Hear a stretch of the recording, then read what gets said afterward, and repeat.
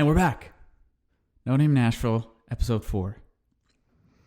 I feel like I need to come up with some like cool saying thing. Like, what's up, my cowboys and cowgirls? Man. Maybe my thing is just going to be that I'll just be really awkward to start this off.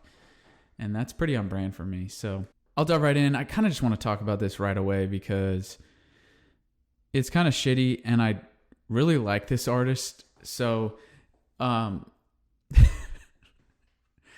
this isn't that extreme, but one time I was walking into a bar with a buddy and we had been hanging out with these girls all night. So it was me, my buddy, and our friend who's a female, who also, we're all 3 officers, and these were all her friends. So they were civilians.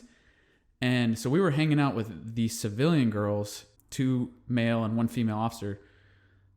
We were hanging out with this group of female civilians for the first time. And it was difficult to corral them all night because they were being very promiscuous, as you do. And I should not have said this. I regret saying this. It was stupid to say. I was much younger than I am now. Wow. Please don't cancel me. But we walk into this bar behind these girls after, struggling to corral them all night. I said something like, man, these golf girls, because they were on a golf team all together. Man, these golf girls are a bunch of hoes. And that was obviously wrong of me to say. But the main civilian, like the girl in charge of this group, heard me. And she confronted me, and I was like, no. I tried to change what I actually said. I said, you guys are a bunch of go-getters. I tried to lie my way out of it. And my female officer friend who introduced us all, this was after the confrontation had happened. She was like, Kirk's like Old Yeller. We love him, but we just got to put him down. And this is maybe a similar feeling, but not at all. In fact, something that's been going around so often recently is people get so polarized about individuals. It's like they've done one thing or they've offended them in some way, and that immediately means that they are 100% a shitty person. I get so tired of that. But I think in something that I really want to be as I enter the music industry, try to find a way forward in the music industry, I'd like to be a voice for veterans. Some of the things that I'm going to say tonight or in this segment, I probably wouldn't say if I was still in the military. Just kind of let it happen. But I'd like to sort of bridge the gap a little bit, and especially in country music where there is country music. It gets blurry sometimes, but they use the military a lot, and a lot of times I think it's good, but sometimes it gets bad. And here there are 2 examples with Ruston that I've seen recently where this is where it gets bad, I believe. And again, I'm a huge fan of Ruston Kelly, but I sort of see kind of a pattern of behavior with him, or I feel like you can tell that he thinks about the military in a certain way. The first instance that kind of brought my attention, someone showed me this video at 30 Tigers actually, and they were kind of cringing when they showed it to me because I feel like they knew, even this civilian knew that like, oh, this was going to be awkward for me. And I think it was in the storyline, which I'll say I don't really have an issue with, but I ended up having an issue with it. So she wasn't surprised. But it's his 1,000 Graves music video. You could tell in this music video that what they were going for was a love story. And I feel like that's what they wanted. They wanted a love story, but to sort of twist the knife or to make it spicy, they made it a military love story. And in doing so, they just absolutely slaughtered the execution in the music video. And just in representing, I think, our military. There have been a lot of music videos put out recently. One example is Morgan Wallen's cover of Jason Isbell's song "Cover Me Up," where they did almost like a short movie. Or it's just an incredible. It has nothing to do with really the military. I don't think they're even really in uniform the whole time. But when I watch that music video, it's literally like feels like I'm playing out situations that have happened in my life with friends of mine in regards to PTSD. And then I think in a similar light, Somebody You Used to Love or Somebody You Love by Zac Brown. I forget the exact title of the song, but that music video is excellent as well. I think one thing that music video does really well is it bridges the gap between military and civilian, where it really shows that military PTSD is very similar to civilian problems. And I think that it may help civilians that watch that understand that, hey, PTSD, I can be someone to lean on for that. Like, this isn't something I can't approach a soldier about or talk to a soldier about. It just makes the problem a little more accessible, I think. But in the 1,000 Graves video for Ruston Kelly's song, the story, it kind of puts the story puts the military in a bad light, to be honest. And I think that's what my colleague was kind of cringing about, because it's about a service member cheating on his wife. And I'm not even that mad about that, because, to be honest, like, that stuff happens. It's shitty, but it happens. I think what I took issue with was that in the execution of the music video, I think you could tell that they hadn't confronted one service member or military member about the execution, just in like the way that they presented the military members and the way that the actors acted. As I couldn't really connect to it. I mean, I would hope when you make a military music video that you would hope, I would think that one of the goals would be that military members could connect with it, and I couldn't at all. I feel like if you don't come in to making a piece of art like a music video that involves the military, and you don't think about whether or not a service member can connect to it, then I don't really feel like your intentions are pure. Yeah, it was obvious that a veteran hadn't been involved with the planning or execution at all. Not that has to happen, but I think that there obviously wasn't any thought put into how they portrayed the service members. And to me, it just came across as very disrespectful. Not necessarily in the storyline, but just in the way that the soldiers were presented. Even just down to like the uniform, just something as simple as that. Something that would be so easy to get right. The other thing, and this is what has kind of inspired me to do this segment, is a tweet that he put out this past week. Here's a tweet. He goes, "Okay, ma'am, please do not enter the store from your Support the Troops stickered car without a mask. If you support them dodging fucking bullets for our safety, you can be fearless and wear a piece of fabric over your face." And here's something I'll say right off the bat with this.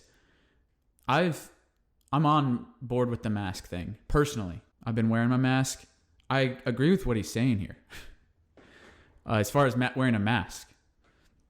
But I think you can tell when he says, enter the store from your Support the Troops stickered car. He's attempting to target a certain demographic with that statement. And he's weaponizing the troops against her to make a point. And I just think that's shitty to do. Because, first of all, and one of the responses to the tweet was a guy that had served. He goes, "Who said this crap? I dodged them about half of my 32 and a half months in Iraq. Still think a mask is relatively stupid unless someone knows they're sick." I mean, that shows you right under the tweet that, like, the military represents a vast array of Americans. And I don't believe soldiers should be used to enhance, one, your storyline, like in the music video, or your political viewpoint. Just, I think a sign of respect would be one where you just leave us out of it. Because I will say, especially with the political viewpoint piece, soldiers, we try so hard to be unbiased politically. And that's something we really strive for as professionals, because we are tasked to protect and defend every American, no matter what. That's why even with the whole Kaepernick thing, first of all, Kaepernick was advised to take the knee. I mean, he was sitting, but then he was advised, like, hey, maybe take a knee by a Green Beret, the long snapper that was on the 49ers. I mean, that idea came straight from a soldier. So now, obviously, there are a lot of soldiers that probably don't agree with Kaepernick kneeling. I'm going to stay out of that. but I do know that in being deployed or being in the military, my intention was, and what I will say about Kaepernick is that I support his right to do that. I think it's very much obviously within his rights to do that. Like, that's why I wanted to be a soldier. Like, that's what I value the most. So then to see kind of the troops used in a weaponized way to prove a certain side or certain viewpoint, I just feel like that's really unfair. Recently, do you guys remember when Trump cleared out a street or something of protesters, and then they marched to a church and he did a photo op with a Bible? He made comments in the Rose Garden, and then he pulled a bunch of his staff with him. Included in that was the Department of Defense, the Secretary of Defense, and then all of our major generals, including General Milley, who's the senior most commander in our military. He's top. They didn't know what the photo op was going to entail. It was a very politicized event, and it kind of it put the military in a very weird position. And then Milley came out with a video about a week later apologizing to the American people for explaining the situation, that he didn't know what it was going to be. He just was kind of told to walk with Trump and did it. And then it became this huge political thing, and he was apologized for, because when the American people see soldiers politicized, they lose trust in us. And the American people should be able to trust the troops no matter what. That's kind of a sacred bond, a sacred relationship that we should. And I see civilians, and especially artists, who choose to use us to represent us or involve us in a story, or involve us in a point that they're trying to make. I would hope that artists would respect that we're trying to do that and try to remain unbiased. I think in general, what I would ask from country music, and what I'm going to speak regularly about when I see it, is that I hope that country music would be deliberate and thoughtful about how they involve soldiers in their art. To really think about why they're using the military in a music video or in a song. And I think one of the easiest ways to be deliberate with your art is to involve a service member. I'll say one example of that's been positive recently is Creative Vets just put out an album. Creative Vets is a veteran songwriting effort here in Nashville. They put out an album called Veteran Songs. It's being distributed by Big Machine label group. And I don't know, this may be a strategy of theirs. I know that several of their artists are very close with the military, do a lot of things with the USO, and this is just another avenue for them to show their support. But in doing so, they're marketing and they're distributing and they're getting the word out on this album of veteran songs. So I think that's a positive way. So allowing veterans to speak for themselves instead of maybe a country music artist doing it. And then also, I'm always available. I'll literally come out for free. And if you don't want me to do it, I'm willing to grab someone who will know probably better what to involve in your music video or whatever. So anyways, yeah, I just kind of want to talk about that. Again, huge fan of Ruston, still a huge fan, and will remain a huge fan. But I really hope moving forward that I can kind of speak to some of this stuff and make the relationship between country music and the military something that's strong and special and meaningful. Yeah, so enough of that. This week, I got triggered by something really stupid. I don't know what I was doing. I was like going through Instagram or something, and Thomas Rhett was doing some kind of like press hit or something, and he just said something like, I didn't know that adding 3 to the mix. And I just immediately, I had to like continue scrolling, because here's my premise. Country music artists, top 40 country music artists are so boring. They're so boring. Maybe I can explain this better by giving you an example. Ryan Hurd is so awkward on social media. So incredibly awkward. But I love it because I know that he's just being himself. So I like watching it because it's just authentic and it's real. It's just him being him. Do you think Ryan Hurd would get on there and start talking about, we just added another P to the pod, and it's weird. Like, you always hear these guys, it's like they have taglines that they're taught to say. For some reason, they're always able to just tie in, and, we were coming out of church, and I was reminiscing on that memory as over a cold beer with and it's just like church to straight into a cold beer, and, I'm a family man, but I still drink beer, and it's just so, the storyline is so tired, and it's getting annoying. There's a 30 Tigers artist right now who's country as fuck. His name's Charlie Crockett, and I wish they'd talk to him. I wish the media would talk to him, because he's putting out an album about cowboy.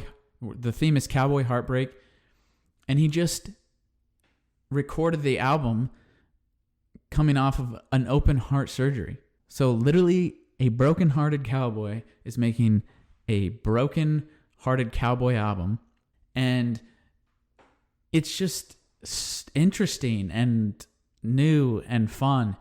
Not everything at Top 40 Country is so generic. They create these personas that are just so boring.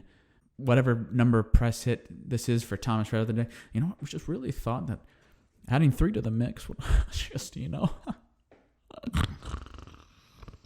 there I go. I'm passed out. Where's the fire?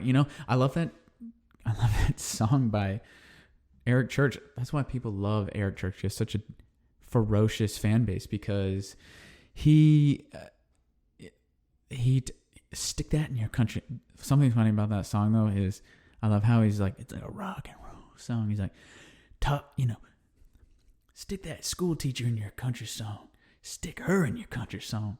It's like, yeah, teaching at school is rock and roll. But I love the message of that song. It's stick real life things in your country song, not just like, oh, here's another family man country star who, he's probably cheated on his wife and gotten divorced and married the woman he was cheating on with, Jason Aldean. But, that's the image we're still going to continue to sell you, just so, the generic country fan will buy in. It's just I can't anymore. It's just it's so boring. I'm sitting there scrolling through Instagram, and I just hear that phrase, and I'm immediately just turned off. All right, I knew this segment was coming. I've seen and or met in the time period of me deciding to and then looking to move here to Nashville. I have seen or met so many country music celebrities or stars. It's weird, honestly, how many people I've seen. I don't know if we were taking a walk. This was during quarantine, and we walked straight by Cassidy Pope. Was walking in the park with my sisters, and we saw the Seaforth Boys. I was driving, and I saw Jack Vale. He's not a country star. He's a pretty popular comedian. Does a lot of stuff on YouTube. But I saw Jack Vale. He'd just gotten in a fender bender. I see these people everywhere. But there's 3 in particular that are just... They were just so awkward, and it was so me. And for some reason, I don't get... I think there are certain people that I will get... what do you call it? You know, when you're around a celebrity, you get like nervous or whatever. There's a word for that, but I can't remember right now. I don't get that way. I don't get nervous around celebrities. I think there's obviously... I think there will be some that I will, but I don't really... It doesn't really happen to me. So like... even when we're walking by like Cassie Pope or the Seaforth guys or whatever, I'm usually with my sisters and we'll walk. I'll just let them walk by this celebrity, and then I'll turn to them and be like, "We just walked by Cassie Pope," or "We just walked by the Seaforth Boys," and they freak out, and that's always fun and hilarious for me. But every time that I've actually interacted with a celebrity or country music celebrity here in Nashville, it's been incredibly awkward.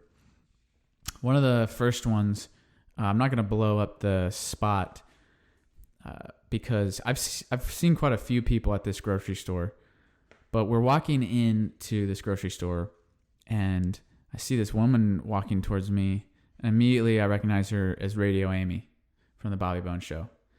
And I like turn to my sisters. This is one of the times I didn't say it afterwards, but I turn to my sisters and I say, "Oh, I think that's Radio Amy."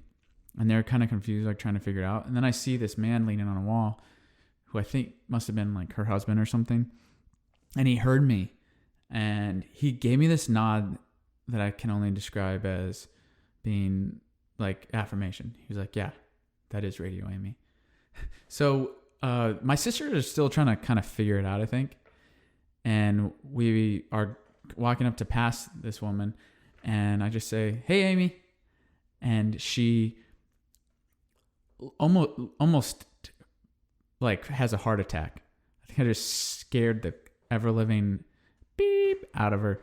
And you could tell that she looks at me and she's like, "Do I know this person?" And then there's a moment where she thinks, you could see it across her face, "Oh, that's right, I'm famous." It was, it's very endearing. She's like, "Wait, do I know this person? Oh, that's right. I'm famous. He knows me." But that's what I could promise you if you're a celebrity in Nashville. I'll just say, like, "Hello, George Strait," or "Hi, Amy," Radio Amy of Bobby Bones fame.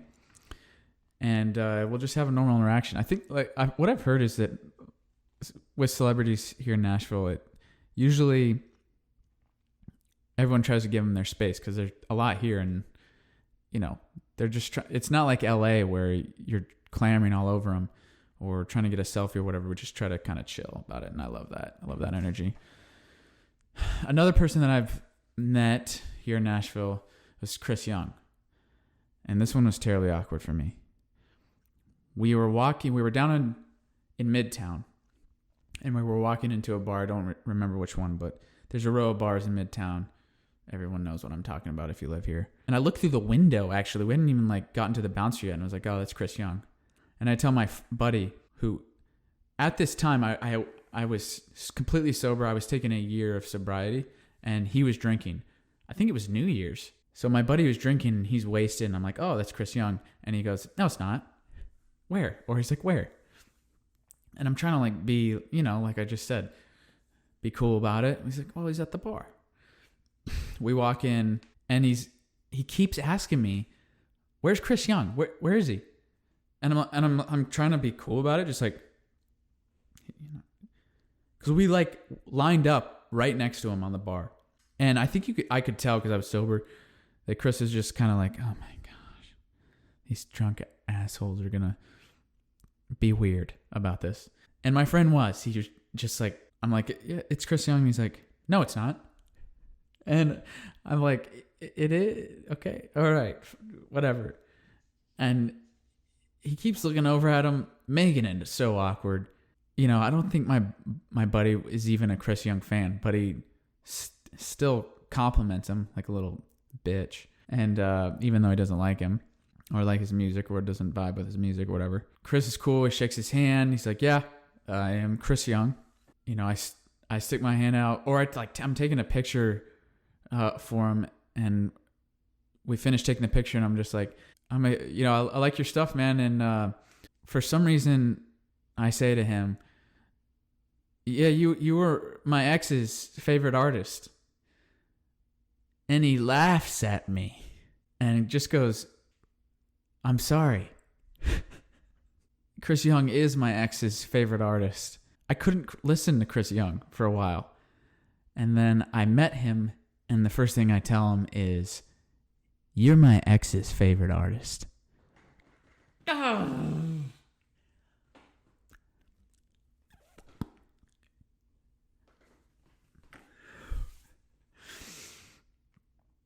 So yeah, guaranteed awkward interaction from me. If you're a celebrity, watch out. I've got something awkward lined up to say to all of you. I don't know if this is necessarily a celebrity, but another person I have seen now in Nashville. We were at Tin Roof, not on Broadway, but again in Midtown. And this is during COVID, but it was when the cases were going down. So at the time they were, they're a restaurant as well, so they just had seating. They were doing acoustic sets, and you could just sit down. Usually you can like dance and stuff in there, but it was just table service. So we were sitting down, and I look over, and this girl walks by, and I was drunk at that point. I started drinking again, and I just go, "That's Mitchell Tenpenny's manager." Don't ask me why I know who Mitchell Tenpenny's manager is. I am but a man, okay? And for some reason that stuck with me. If you know who Mitchell Tenpenny's manager is, then maybe you can figure that out. But anyways, I go, oh, it's Mitchell Tenpenny's manager, I think, right after she walks by. So loud. And of course, right after I say that, my sister or my friend asks, who's Mitchell Tenpenny? And my sister goes, oh, he's one of the wimpiest country artists. And she used a different word. He's one of the wimpiest country artists in Nashville. And I just like, even drunk, was just like, this girl walks back by us. And you could tell had like heard the entire thing.